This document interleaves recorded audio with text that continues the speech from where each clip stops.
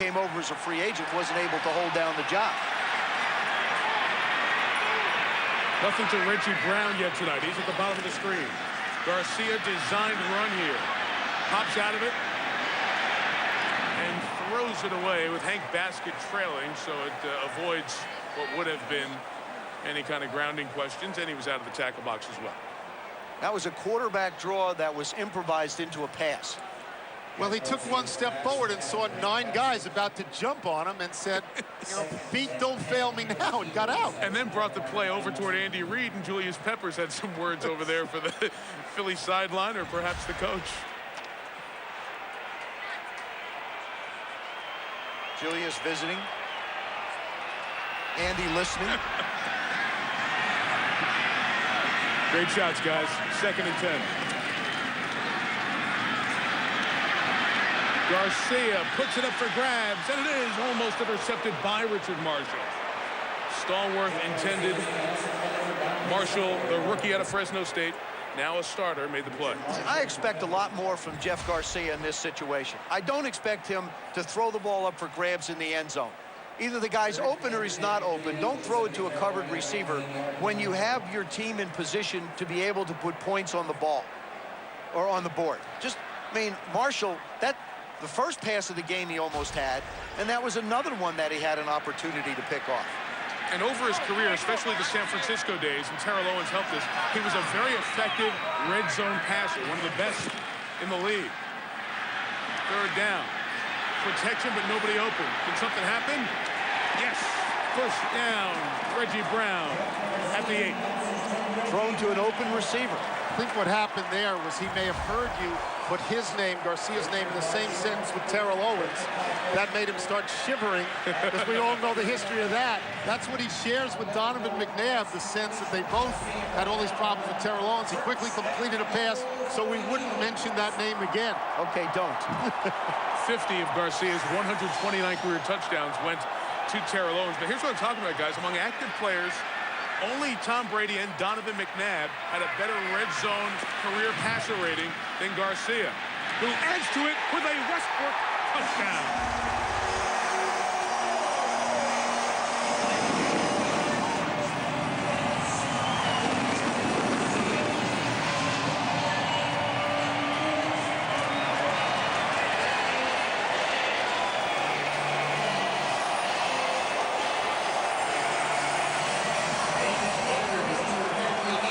Talked about that field position, gave him a chance for one play by Stallworth and the touchdown. Had to take advantage of it. This is a case where the linebacker draft just gets too far back into the end zone and allows Brian Westbrook really easy access. My first-round running back fantasy pick hasn't failed me all year.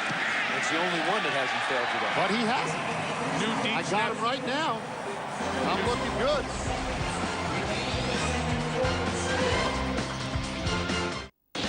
It begins with over 8,000 players, and anyone can win. From the first flop to the final tape, watch the game's brightest stars and biggest dreamers walk the line between skill and luck. Who will win $12 million in cash? The one and only World Series of Poker main event, Friday, only on ESPN. Tony was talking about Jeff Garcia and Terrell Owens and their connection. That was the highest percentage that one quarterback had of throwing touchdowns to a guy. But now that Garcia has one more touchdown, they're off the hook. It's Jim Zorn and Steve Largent with the most hookups among quarterback and wide receiver by percentage of his touchdown passes for a QB. So T.O. free is Jeff Garcia. I'm sure that he feels good about that. Don't think he wants that association being brought up all that often. But give him credit. There's a veteran who heard all the boos and the frustration of the fans. Sure. But he's been through it. He has been through it, and he played the first half smart. It's a close game. Don't make mistakes. He hasn't thrown an interception on Monday Night Football. This is his 8th appearance. David Akers kicks. Nick Goings did a decent job returning, so he gets another chance after last week. Just go straight forward. 23 yards. That's better than the average has been for the Panthers. And before they take over at the 28, Susie Colbert with more on the touchdown score. Well, you know, Mike, Brian Westbrook isn't one to show a lot of emotion, but he told me the one thing that does infuriate him is when he sees his teammates not playing up to their potential. He sees how hard they practice. He knows the talent that they have. He's been attributing that to a lack of maturity on this team, and he sees a pretty big generation gap. He said the team leaders like him, all of 27 years old, have been pulling the young guys along, and he said it seems that the younger generation of players are just so mentally fragile. If you yell at them, they shut it down. He included his younger brother, Byron, who's a quarterback at Salisbury State, 21 years old, in this PlayStation generation that are just in a different world. DeLone's pass is dropped by Michael Gaines and incomplete. That was the laugher of our meeting Saturday when he looked around the table. He said, this generation just doesn't understand. You're 27, come on. I've got clothing older than that. I've got so ties. do you, Joe. So do you. Ties. Yeah. Well, Jake Delhomme has got to find some kind of rhythm in this offense. We've seen this from Carolina. We did them a few weeks ago. The first half, they were lethargic, and then they caught on a little bit. This offense has to find some type of rhythm. Likely the last snap before the 2-minute warning. The Eagles are in his face. It looks like it should be grounding. It absolutely is. Intentional grounding. Brian Dawkins, who calls himself Weapon X. Whoa! Whoa! Transforms himself into something different come game time. That was something different, wasn't it? That dance. Intentional grounding, number 17, offense. 10-yard penalty, loss of down. Jake Delhomme talking about if there's a mistake, we just got to have fun and come back and get to the next play.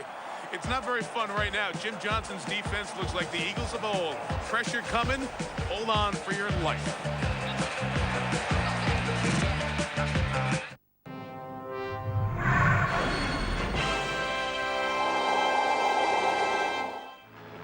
If the nearly 600,000 square miles of Alaskan geography are not imposing enough, well then the Arctic Man's Ski and Snow Go Classic is the activity for you. This grueling race begins at the top of the mountain as the skiers go down a 5,800-foot slope. At the bottom, the snowmobile driver awaits for his partner to arrive as he will take him up the hill. Every year, the best snowmobile drivers and skiers team up to brave this treacherous land. When they get to the top, the momentum generated from the snowmobile allows the skier to slingshot his way down the final stretch. By this point, the skier's legs are burning, and you can hardly blame them. The course is twice the length of the Olympic downhill race. Woo! What a race, huh? Feels good just to finish. Stay tuned for more amazing games here on ESPN. At the top of the game, we talk about the guys who are the focus of each defense. Steve Smith in the end zone once. Philadelphia's offense struggling. Brian Westbrook takes it in the end zone from 8 yards out. Those are the only scores of the night, all tied at 7 in this crucial game in the NFC. If Philadelphia can win, we'll have 4 teams tied in the wild card race at 6-6 heading into the final quarter of the NFL season. And the Eagles start a tough trips on the road, 3 in a row to NFC East rivals. Keyshawn has been quiet. 3rd and 22. Quick hitch, Smith. And he goes out of bounds. Oh, no, stays in bounds. They move forward. Progress will stop at the 21-yard line, so Philadelphia will have to use the timeout here with 1:52 to go. It was Roderick Hood beat on the touchdown with the tackle.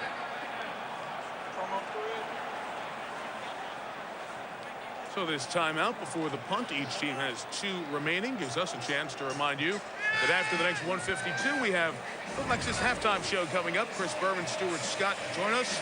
The fastest 3 minutes take you back through the exciting action of Week 13. And Chuck D in his tribute to Muhammad Ali, or Muhammad Ali special coming up right after the Heisman Trophy presentation Saturday night here on ESPN. Lexus halftime show coming up. How about the Tennessee Titans? A second week in a 60-yard field goal.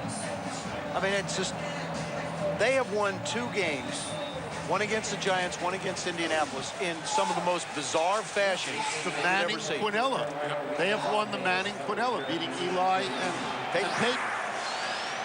Rob Baronis with that game-winning 60-yarder with 7 seconds left yesterday. 53 on this kick. Reno Mahe from the 26. Decent return, just shy of the 40-yard line. So 2 timeouts, good field position for Philadelphia. Brandon Jamison makes his 2nd tackle. A lot of chances for special teams tackles tonight. Another punt. Yeah. Carolina, we said this before, is averaging 7 points fewer a game than last year. Keyshawn Johnson said, and they got 7 now in the half, which is hardly a great outburst. Keyshawn said, we've got to score more than 13 points. It can't be 3-0 or 7-0 at the half. It's too tough. He said, I played for Tony Dungy in Tampa Bay like that. When it's 13-9 or 13-10 and the other team has a kicker that can do 2 field goals, you lose the game. You've got to score more points. And to that point, since the touchdown for Carolina, 17 plays, 1 first down, 44 yards. This drive begins with a 5-yard Westbrook run. And you'd expect Jeff Garcia to protect the ball. He's got 4 touchdown passes, no interceptions in the almost 2 games now that he has played. This is why Andy went with Jeff Garcia as opposed to A.J. Fielder. First, he made the commitment to him, and he's a veteran. Out of the Jamal Jackson shotgun snap, Garcia rocket shot right through Westbrook's hands and incomplete. Do you have to say that if this half ends 7-7, that in effect Philadelphia won it? They're in much better position because Carolina did score first. Carolina does have more offense than Philadelphia has at this point, and this would be a win for Philadelphia. Philadelphia played a field position game. They've gotten the ball on the other side of the 40 almost the entire second quarter. So, yeah, it would be a win. 3 receivers left. Reggie Brown right, going to Brown. The pass knocked down. Was it Peppers or Damon Lewis? Damon Lewis also in there with Julius on the knockdown and 4th down. Lewis out of Miami. Julius Peppers was looking for the ball in the air because he is a game changer. Long snappers are getting overtime pay tonight. They're both out there so much. Micah's is 13, right? Another 13th punt, yes. 13th. Keep them coming. Everybody loves punts, huh? A little high. John Gorenboss with a good snap. Front of the 16. Smith tries to make a man miss. Here goes Steve Smith. Finally brought down at the 22-yard line by Sean Considine. Again, the importance in the NFC. There are the Bears at 10-2. New Orleans and Dallas play next Sunday. Seattle got the dramatic win against Denver. So those are the 4 division leaders in pretty good shape because of this. It's average, guys. Look, if Philly wins tonight, and we have 4 6-6 teams, San Francisco, St. Louis, and Minnesota at 5-7 are all a game out of the wild card. Oh, yeah. No, 8-8. Fabulous. Probably will get That's in. what they want to be. You just want to be 5-7 heading into week 13. Delhomme will not sit on it with 2 timeouts to D'Angelo Williams. Taking out the 25, gain of about 2.5. Because if you continue to lose, then you bring the 4 and 8s into it in a couple of weeks as well. How great would that be? Parity. Dear, we're 6-9 right now, but if we can just get to a 7th win, we got a chance to be a top seed. On the NFL email that I saw, I think it was the last thing I read before I left the room. Detroit and Oakland have been eliminated at 2-10. God for that. Oh, really? Only mathematically, right? But Tampa's still in at 3-9. Delhomme time, looking for Keyshawn Johnson. They want offensive pass interference and might get it.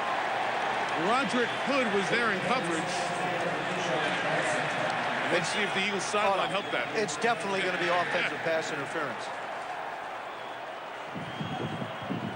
Pass interference, number 19. Offense, 10-yard penalty, still 2nd down.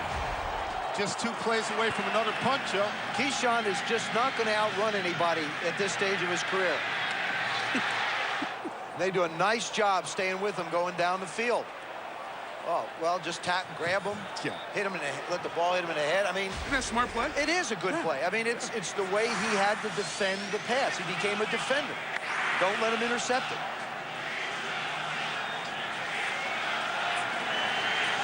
Second and 16, 40 seconds left. Delhomme to Keyshawn Johnson, trying to back his way out of bounds. Did not, went down inbounds. Well, that clock's got to be stopped. Yep, because they are going to change it because he rolled out on his own. Right. So they should stop the clock. first official wound the clock. The other one came in and said he rolled out on his own. So 32 to go. Philadelphia was able to put a lot of pressure on Delhomme and create problems. Now they have the Eagle defense spread out. He's got a little more time to throw. After Keyshawn's first catch, a 27-yarder, Delhomme just gets rid of it with the pressure on. Well, that one's awfully close to grounding, too. And that's going to be awfully close to grounding because even though there were, that's what I thought. Yeah. You've got Steve Smith out to the left. You've got Steve Smith out to the left. And that ball's just thrown in the ground. I mean, no effort to try and throw it out of bounds. Why are these calls so Smith. delayed? Both times, why are those calls so delayed? Intentional grounding, number 17, offense. 10-yard penalty, loss of down, and second down.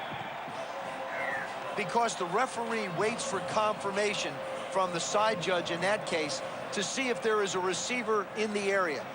The referee believes that's what it is, but he waits for confirmation to make sure that the other official confirms that there were no receivers in the area. So when you see Delhomme arguing, it's because he then expects he thinks that call. He thinks he's throwing it in the direction of a receiver. He was trying to push the offense along. Let's go quick, no huddle, so we can get the play off it. It's a good point to make sure officials see eligible receivers, balls past the line of scrimmage, guys out of the tackle box. There's so many things that can avoid intentional grounding. I know people get frustrated with these conferences, but they're often to get it right, and they usually do. The easiest thing to avoid the intentional grounding is to get yourself out of the pocket, get it somewhere around the line of scrimmage. No problem there. Whether anybody's there or not, it doesn't matter. You know, guys, one of the problems with the Eagles has been only 6 sacks in the last 6 games. Intentional grounding foul inside of a minute with the clock running. Also calls for a 10-second runoff. Carolina has 2 timeouts left, and they have elected to use 1 timeout in lieu of the 10-second runoff. This will be Carolina's second charged timeout. You don't see that very often, and that's back-to-back games. It happened at the end of the Denver-Seattle game last night. Option. Within sort of a barter deal for them. Yes. That they say, okay, you can penalize me the 10, but what if I throw this timeout on the table? Can I just have the 10 seconds back? It's a lousy back? rule. It's just lousy. I mean, there's rules to compensate for other rules. Whatever happened to simplicity? I don't know. I mean, okay. You sound like Randy Newman. Whatever happened to the old days, Mikey? Whatever happened to the old songs? I'm not necessarily for the old days, but the rules start jumping on top of one another. I'll make you a deal. I'll sell you a timeout for 10 seconds. 2nd and 20 against the pressure is to the tight end Michael Gaines at the 46-yard line. John Fox will now use his final timeout. Officially stopped with 19 seconds left, and we'll have 3rd and about 7.5 coming up. This is one of those time frames that coaches practice on a Saturday morning. Remind you here, Joe, Lexus halftime show. Chris Berman, Stu Scott anchoring. Fastest 3. Chuck D tribute to Muhammad Ali. All ahead on the Lexus halftime show from right here at the Link in Philadelphia. What they work on is a completed pass in the middle of the field. Run your field goal team out to get the kickoff. Also remember this, a receiver doesn't have to run to be tackled. If the ball is caught in the middle by a receiver, he can give himself up and go down. And they'll declare him down, blow the whistle, and then you can get the field goal team out. So the guy doesn't have to keep running around. Does he have to alert the ref on that? Does he have to say, I'm doing this deliberately? No, you can just do it. Okay. Because then you'd have to go to every official. It is 3rd down, 3rd and officially 8. Little time for Delhomme, who throws, and it is caught by Smith, who keeps it alive and takes it out of bounds at the 18-yard line with a dozen seconds left. The one thing that players talk about with Steve Smith is the way he goes to get the ball, and boy, did he ever. And the Eagles' Michael Lewis got shaken up trying to stop him from it. Jake Delhomme mentioned this when he said he was backing up first year in Carolina. He noticed that Smith would just go up and attack the ball. Just go up and get it. He's so powerful, so strong. You wait for the ball, he's going to get it before you do. Lito Shepherd was talking about Steve Smith's heart, and he said you see it when the ball is in the air. He goes up over the DB and makes the catch. There you go. Michael Lewis trying to come back and make the tackle. Picture's worth 1,000 words. The play is worth 38 yards. Smith does a great job getting out of bounds.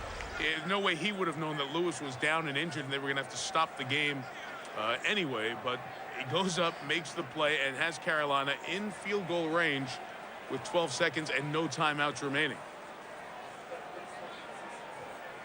We continue to look at the second-round pick from 2002 out of Colorado. I enjoyed the conversation with Steve Smith yesterday when we were talking about people trying to double cover him and to play mostly on the left side and then maybe the right side. And I said, well, what about what section of field belongs to Keyshawn Johnson? And he said, very little. Not much, because most of it is mine. Well, we saw Michael Lewis go up and challenge Smith for the ball and then come down hard. Let's take a look at it here.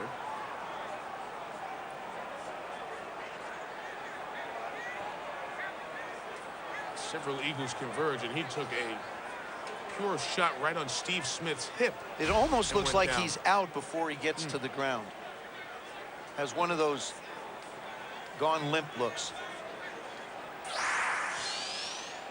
Andy Reid out to check on the guy who's backing up Sean Considine after starting the first half dozen games of the year, then sent to the bench. So as they continue to look at Lewis, will step out. 12 seconds left with the Panthers in field goal range, but without a timeout.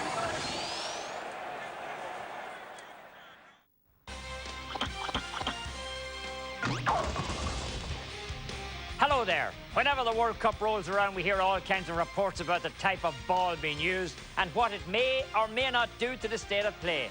Funny, we never hear anything like this in the Champions League play. I have a feeling that we have a real live ball when it comes to Champions League play. How else can you explain some of the spectacular goals we have seen from set pieces? If some of these players are so good at free kicks in the Champions League, why are they not good all the time? Take, for instance, Celtic's Nakamura. In 2 games of Manchester United, he struck world-class strikes to the back of the net.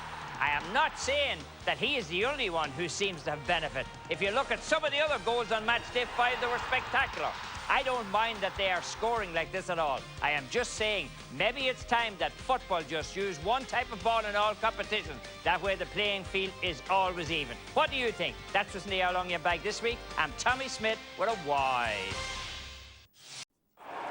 There's Michael Lewis holding that gauze to his nose as he's walking off under his own power, which is the best side. And Jake DeLoe, really a class guy and a very warm guy. He saw Lewis down and right away just looked at him and said, hey, stay there, and called the Eagles training staff out as his team takes it into the red zone. 12 seconds, no timeouts left. What do you want here, Joe? Keyshawn Johnson. They're going to double Steve Smith, give Keyshawn Johnson a chance to make a play. DeLoe looking that way, throwing for Smith in the corner. Could not get there. And a flag down in the end zone with 7 seconds left. They double covered him. So strong. People try and push him around. They think because Pass he's... interference, number 24, defense. First down, 1 yard line. And with 7 seconds left, you have a chance to take a shot at the end zone. Absolutely. Now, you got him inside out. You don't get a hand on him. You let him run. You just can't let him run free, and then you start pushing and shoving. Here was Keyshawn, who was on the outside of it. Now he's going to do a little refereeing. Keyshawn seeing what's going on. Oh, there's no question. Throw the flag. Throw the flag. Here you go. You see that? All right, first and goal from the 1. 7 seconds, no timeout. Smith near side, Johnson to the top.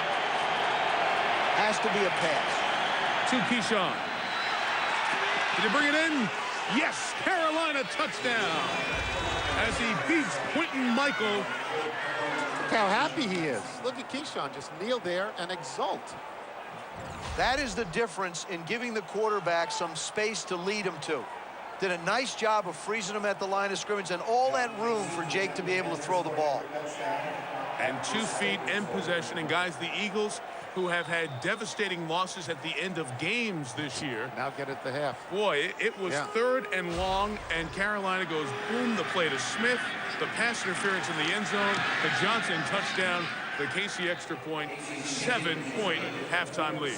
That's a great point because they have lost 3 games this year on the final play of the game. 1 in overtime and 2 on field goals on the final play. Now in the final play of the half, they go down 14-7 when we thought at 7-7, you know, that would have been a win for them in effect in the half. And Michelle Tafoya, Keyshawn Johnson mouthing off to the fans after his 4th touchdown of the year. Well, why wouldn't you in the city of brotherly love and Ben Franklin? But, you know, Keyshawn Johnson has often said that what his coaches think of him is what gives him his stamp of approval. So I asked John Fox what he thinks of Johnson. He said, and I quote, "I think he's a pro. He comes to play. He's dependable. He's willing to do the dirty work. And he has athletic arrogance, meaning he wants to be there when the pressure is on, and I like that in a player." Well, that pretty much sounds like a stamp of approval, Mike. It was Michelle from the coach. You know what athletic arrogance is? He's cocky. Yes. Okay? That's a nice way for a coach to say, I got a cocky football player. And I think it's great. If you don't step out there thinking you can play, then there's no sense stepping out on that football field. He's a big play guy. I'd like to get to the point where I had broadcast booth arrogance, but I'm a ways away from that yet. That was his 63rd career touchdown, 799th reception. End of the half here. They try the lateral. It's fumbled. The ball is live, but with no timeouts left, it's recovered, and we get to halftime. The Eagles' Michael Lewis, who walked off the field at the end of the half, broken nose as he heads off. The Eagles sent to the locker room with boos. Carolina 14. They get the ball first in the second half. Philadelphia 7. Here's Chris Berman, Lexus halftime show.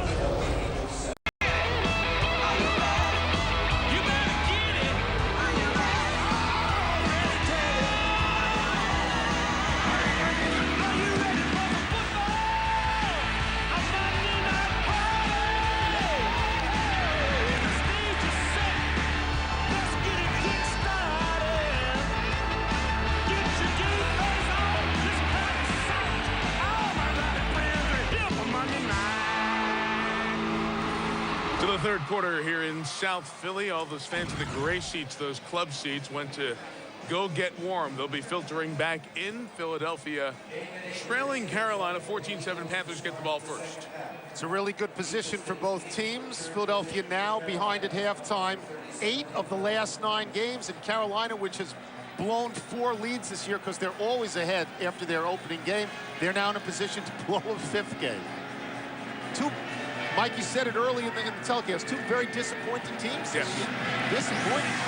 But Carolina still had a chance to get on that late season run. Second half begins with Nick Goings from the 3. About a return to 26 to the 29, and here's Michelle Tafoya. Mike, I spoke with John Fox after halftime, and he wanted a balanced offense in this first half, but he said, we're taking what they give us. We've had opportunities to run, but we've had more opportunities to throw, and we'll continue to take what they give us. I just want us to have fun for the next 30 minutes on Monday Night Football. Keyshawn Johnson's having some fun. He scored that touchdown just before halftime, and as he went to the locker room, he went on a rant to the Philly fans, telling them, I own this. This is my house. Every time I come here, I'm going to score on you. You all should just go home early. Terrific. D'Angelo Williams reverses field, cuts back, and will lose about 1.5 yards.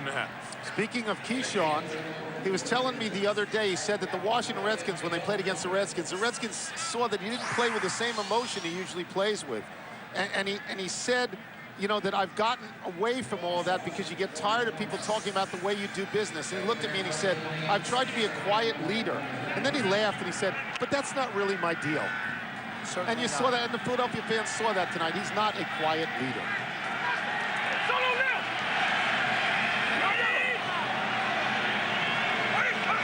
Off the loss of 1, play action. Delhomme down the seam for Smith. Incomplete, 3rd and long coming. Susie, what about the Eagles story? Well, if there's a positive spin you can put on this game for the Eagles, it's that their run defense has only allowed 24 yards. Andy Reid told us over the weekend that they had put a lot of time and effort into getting the defense right this season, and he had been so disappointed how they had been run over the last 4 weeks. He said it's not the scheme as people have suggested. It's not a lack of size as people have suggested. It's that they haven't been playing physical enough. The good news is that's an easier mental fix, and they have looked more physical tonight. Susie, 54 in the middle in green. Jeremiah Trotter, he's the one who said size up front. Maybe we're too small up front. And that one grew its own wings this week. 3rd and 11, Delhomme throw to Keyshawn through his hands. 4th down, Roger Cook over there covering again. Jake Delhomme continuing his streak on 3rd downs and struggling. Now that was exactly what you wanted if you're Andy Reid from your defense. You've just given up a score at the end of the half. Carolina gets the ball, you come out. Now your defense has done the job. Your offense has to put something together for you now. First series on both sides of the ball of the second half sets the tone. The Jason Baker show continues.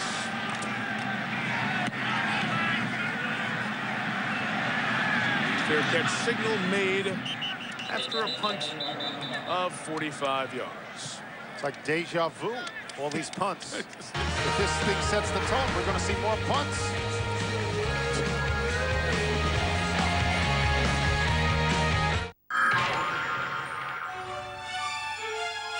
I don't have no clue what's going on. When I started playing pro, there's no doubt in my mind I was the sucker. I mean, they were all looking at me like I was a big, fleshy, raw tuna dripping blood, and they were the sharks. The shark is hungry! Fishy new players seem to have trouble getting their chips in the pot in a smooth fashion. They'll stack their chips so all the little white things line up. I'm so excited! People who are just too eager to talk to you, or, you know, they're all excited because they see Norm and Chad in the hallway. That's not a good sign. He raised all in. Oh, I'm sorry. The thing you have to remember at the main event, it's 95% suckers. So all you have to do is look around and you're spotting them.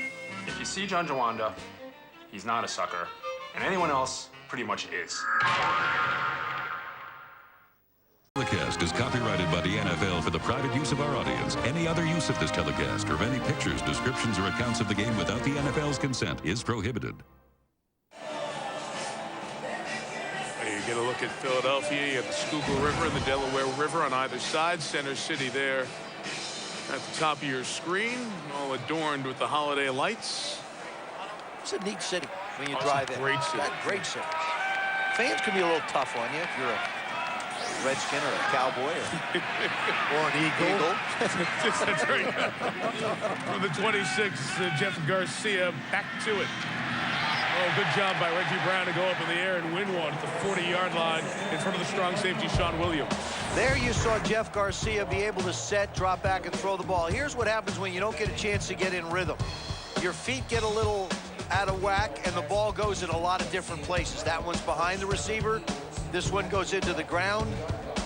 And again, having to step up, try and make plays, throw off balance, another one into the ground. As long as he can set and throw with rhythm, he should be able to put the ball where he wants. After a first down gain of 14, another first down throw. Airing it out again, a lot of contact, and could not be brought in by Greg Lewis. Boy, Lewis and Chris Gamble, it's like they were wrestling and then stopped when the ball got in the way.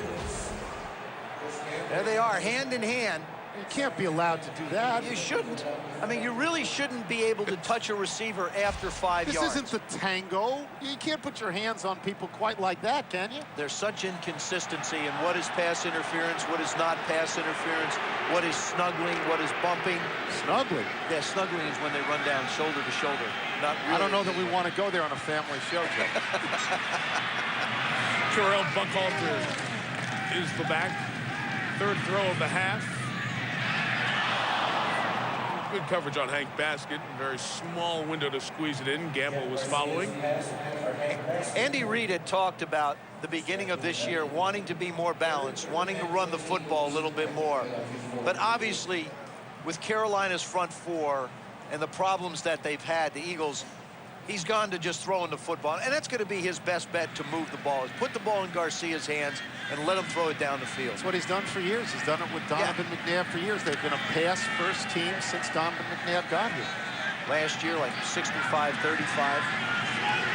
Neither team has run the ball effectively. Combined tonight, 21 runs, 53 yards. Garcia screen Buckhalter, reading blocks, seeking the first down, and gets it across midfield to the 47-yard line. Sean Andrews, the first-round pick out of Arkansas 3 years ago, was there to help pave the way.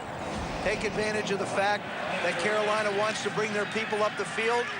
You get Buckhalter on the second level, and it's so great to see him back after what he's gone through with knee surgeries. Do you know what?